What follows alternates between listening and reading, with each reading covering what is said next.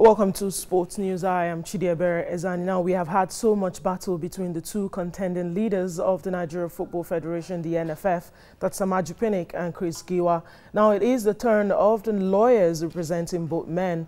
Lawyer to Giwa, H.S. Adzad, has described as misleading the statements credited to the lawyer to Pinnick, Festus Keyamo, claiming there was no court order preventing his client from acting as president of the NFF. Adzad says the installing Giwa in office as president of the NFF, the court order of the 3rd of October 2014 nullifying the election of Pinnick was final. Barrister Keyamo San had issued a statement on Sunday affirming that no Nigerian court order has nullified his client's election as president of the Football House. Meanwhile, NFF's second vice president, Sheyi Akinwumi, says the Pinnick-led board is focused on sports development. See, let's not forget that we were elected to run football. So we have to keep our eye on the ball. And we didn't come into the NFF because we didn't have anything to do. You know, we have work to do individually. It's just that we love this game and we have a passion for it. And it's passion that drives us. So we can't continually be in the press engaging adversaries and expect football to grow. For us, we're focused solely on. Well, in a statement earlier, the executive chairman of the Lagos State Sports Commission, Dr. Kweku Adida-Yotando, said Lagos State government intends to make Lagos Nigeria's sports hub. I have Dr. Kwekutando with me this morning to discuss the level of development he means. Good morning and welcome to the program. Good morning, Jidebere. It's my pleasure to be here. Okay, now, as a Lagosian, it is exciting, you know, the number of sports events we've seen, especially in 2018 in Lagos. Was this a planned event or run of events by the government, or was it, you know, it just happened and the government went along with it? No, definitely it was planned because you realize that some of those events are annual events. For example, the International Badminton Classics, the ITTF Nigerian Open Table Tennis, the International Squash Classics. These are all annual events that come up every year. So it's part of a template that has been developed to ensure that all year round we have both international events and state events as well. Also, we have regularly our own developmental programs, the Lagos State Badminton Association events, secondary schools, table tennis, hockey, and we've had about 6 or 7 of them already this year. So it's part of a planned event to ensure that we have activities that will generate the interest in making Lagos State the sporting hub, not only of Nigeria, in Africa. So what's the sustainable plan? Because we hear lots of you know, impressive ideas. What's the plan that Lagos State is putting in place to make sure that this is a sustainable plan beyond, you know, for let's say another decade? I can tell you, for example, the classics have been on now for 6 years, so that tells you that there's sustainability. And one of the ways of ensuring that they are sustainable is winning them off government sponsorship. Quite a number of those events are actually sponsored by corporate entities. So we are beginning to move them out of government funding, so to speak. The government still puts in some money, but many of them have private sector funding. The other thing to do to ensure that you have sustainability is for those international events. Most of them now are affiliated to the international federations. For example, ITTF for table tennis, the International Badminton Federation, the Professional Squash Association. So all these ensure that those events are on the international calendar. They are no longer just on Nigeria's sporting calendar. They are on the international calendar, and that also attracts sponsorship. That also attracts interest from all over the world. So that also helps to ensure that we are able to sustain the events. Of course, apart from the fact that we must provide the infrastructure, we must ensure that the environment is conducive in terms of provision of transportation, hotels, and so on and so forth. And all those fuse into His Excellency Governor Akinwumi Ambode's vision for ensuring that there's a synergy between tourism, hospitality, entertainment, and sports. And once you're able to create that synergy, then you have the sustainability. You mentioned a lot of sporting activities in association with the international body, but a major problem in Nigerian sports is the lack of, you know, development from the grassroots, where we have a lot of, especially in table tennis, we have older players and we're not necessarily seeing the younger one. What's the plan of Lagos State as, you know, a symbol of sports development to help enhance grassroots? Yeah, our focus in the Sports Commission has moved from being competition driven to being developmental, and this means that most of the programs that we organize are organized at the grassroots level. I think about 80 or 90% of the programs we have had organized by ourselves have been secondary school or primary school events, because that's where you're going to get the production line that you are talking about.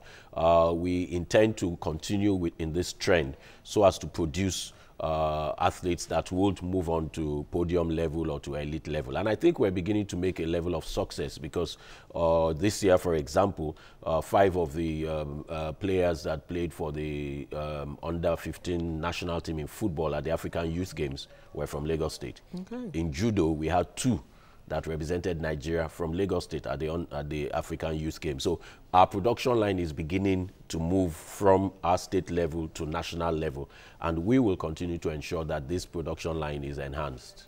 Okay, now we know the faith of the National Sports Festival has been hanging. It's getting on to 10 years now. Do you think Lagos State have what it takes to rescue the national, you know, body, and are they willing to? Is the Lagos State government willing to do that? Well, I think for now, we will be having the National Sports Festival this year in Abuja. So I don't think there's any need for rescuing any longer. But you're right, it's been since 2012, we've not had one. The last one was hosted by Lagos State. But again, I must tell you that our own emphasis in Lagos State is shifting from the National Sports Festival to the National Youth Games. Okay. Because right now, the National Sports Festival is an open festival. Now you can have professionals coming in to come and represent states. And for us, that doesn't add any value in terms of development. Although, unlike the National Youth Games, that is an under-15 games. So that's a good area for us to showcase what we have been doing at developmental level. And I think that if most states concentrate on the National Youth Games, that production line that we're talking about for Nigeria will even be bigger, and we'll have a bigger pool of talents to focus on. So we're preparing for the National Youth Games that will be starting in Ilorin next week. We're sending in athletes, about 180 athletes in about 25 sports. And we believe that we'll put in a good outing, because we have always had a developmental program. Okay, let's talk infrastructure now, which is the basic problem of sports. That's why we've probably not had the National Sports Festival in a while. What's been put in place in Lagos State to enhance infrastructure? We have this national stadium, but then they don't always seem to be, you know, at the highest level. Yeah, His Excellency Governor Akinwumi Ambode has made it a point of duty to always emphasize that without the infrastructure in place, there's really nothing much you can do. And that's why he has focused on, first of all, renovating the existing facilities that we have. Right now, Unicon Stadium is being reconstructed. Agege Stadium has been upgraded to a CAF-approved facility. In the next couple of weeks, work is going to start at Maracana Stadium in Ajegunle. Teslim Balogun Stadium, Roe Park, Campus Square, Isheri Mini Stadium. These are all facilities that have been approved for renovation, and we'll be starting work on those ones very soon. Secondly, there's also the plan to have mini sports facilities, community sports centers, which will be more easily accessible and manageable for communities. And this year we're planning to begin to put those in place. Those will serve communities, and those will be more available to the grassroots sports clubs, the community clubs, the schools, and so on, where they always had a developmental program. Okay, let's talk infrastructure now, which is the basic problem of sports. That's why we've probably not had the National Sports Festival in a while. What's been put in place in Lagos State to enhance infrastructure? We have this national stadium, but then they don't always seem to be, you know, at the highest level. Yeah, His Excellency Governor Akinwumi Ambode has made it a point of duty to always emphasize that without the infrastructure in place, there's really nothing much you can do. And that's why he has focused on, first of all, renovating the existing facilities that we have. Right now, Unicon Stadium is being reconstructed. Agege Stadium has been upgraded to a CAF-approved facility. In the next couple of weeks, work is going to start at Maracana Stadium in Ajegunle, Teslim Balogun Stadium, Roe Park, Campus Square, Isheri Mini Stadium. These are all facilities that have been approved for renovation, and we'll be starting work on those ones very soon. Secondly, there's also the plan to have mini sports facilities, community sports centers, which will be more easily accessible and manageable for communities. And this year, we're planning to begin to put those in place. Those will serve communities, and those will be more available to the grassroots sports clubs, the community clubs, the schools, and so on, where they can have their inter-house sports. So provision of infrastructure is key to the plan that we have. And already this year, I think we have taken the right steps in that direction. All right, before we let you go now, let me allow you weigh in on a little bit of problem we've been having, especially in football. How much is too much involvement of government in sports?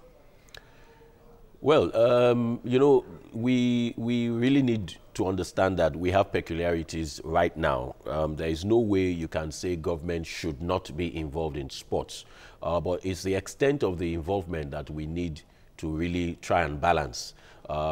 There's no doubt about it. Government funds sports, possibly maybe 70–80% of funding for sports in Nigeria is by government.